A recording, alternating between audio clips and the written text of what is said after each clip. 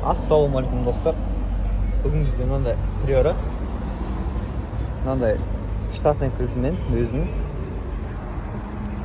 яғни қолданады, ашылады. Бірақ бұл проблемада мынау алдыңғы екі есігі ғана ашылады.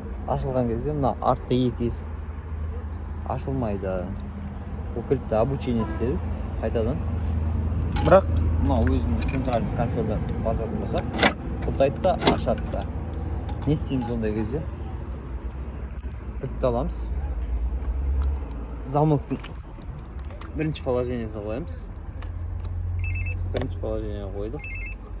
Сосын аламыз. Құлтайтын ашатынды басып тұрамыз. 10 секундтай. Сосын мына жақтан дауыс шығады. Бортқа бітір жақтан. Сол дауыс шыққаннан соң адаптация істелінеді.